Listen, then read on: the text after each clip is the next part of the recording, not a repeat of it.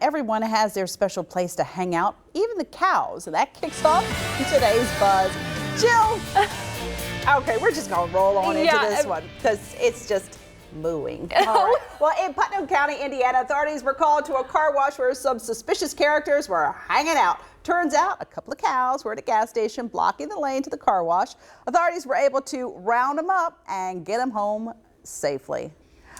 Now, my question is, I know we're not going to have the answer, and certainly the cows are not going to answer, but what did they need at the convenience store so badly? Girl, they needed a slushie, some chips. I don't know, I mean, and I guess the car wash is big enough that they could have maybe gone through. I mean, but they're probably socialized. Maybe they heard people or the sounds, and they maybe thought, this might be this is a fun hangout. But can I tell you a funny story? So my mother, I love dearly. Hi, Mom. We lived in Pennsylvania. Sure. 25 miles outside of Philadelphia, and if you've been in that area, there's a highway that's called Westchester Pike. Well, we were headed to Philadelphia on Westchester Pike, and all of a sudden, cows were crossing, and there was no cow crossing, and so my mother ran into it. And so, she ran into it. But it didn't damage, thankfully, it didn't damage her car. It didn't damage the cow. The cow just kind of got up and kept on walking. There was just a little bit of residue left on there.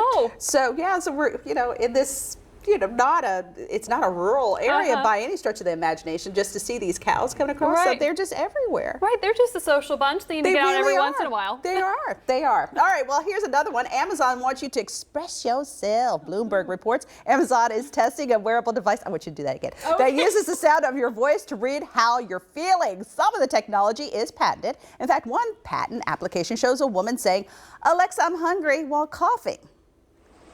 All right, well, the device hears that the woman is sick and offers a soup recipe, as well as suggests that she buy some cough drops. It's not clear just how far along the project is or if it will ever become a commercial device, because you're going to express yourself. Oh, no, there you go. See, express yourself. I don't know. What do you think about having these Alexas and all these kind of I don't know. Alexa kind of freaks me out a little bit, too. I mean, obviously, there's a lot of security around it, but that it can kind of still tune into some of your conversations, even whenever you're not saying, "Hey, Alexa." Right. Whatever. Exactly. And so I don't know if I want to carry Alexa around with me on my wrist or, wherever the wearable device happens to be. Exactly. And especially in your home. I think I would be a little freaked out that it's like Big Brother listening in on your conversation, or at least the folks at Amazon listening at you or whatever. And I think there was some concern, too, about children's conversations and different things with these types of devices. So, I mean, it's extraordinary technology. I just don't know if it's for me quite just yet. Do you use a Siri?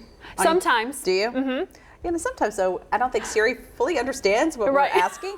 It's like, I don't understand you. Right. I'm like, come on, Siri. Yeah, it's like, get with it. All right, here's the last one. Today is the unofficial start of the summer travel season, so what better way to celebrate than to make a day out of it? Well, that's why the Friday before Memorial Day weekend is, of course, National Road Trip Day. The day was created this year by U.S. travel center giant pilot Flying J. According to AAA, nearly 43 million Americans will start their summers with a Memorial Day weekend getaway, and nearly 38 million of them will go on, you guessed it, a road trip.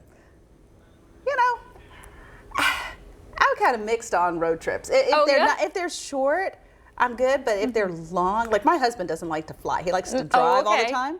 So we went down, down to Marco Island, which is like a 21-hour drive. And when you're going, it's fun, but when you're coming back, you're like, get me out of the car. So I don't know. I think the longest drive we ever did was 12 hours to St. Louis, where my sister and I both went to college. And so we had all of our stuff in the back, and then our parents went back by themselves. And so I think that ride was a lot quieter on the way home. And probably had a little bit more leg room. Yes. Yeah. But I don't know. For Memorial Day, I just kind of want to hang out at home and do a staycation. Out. Exactly. See movies. There are a lot of good movies. Right. And you know what?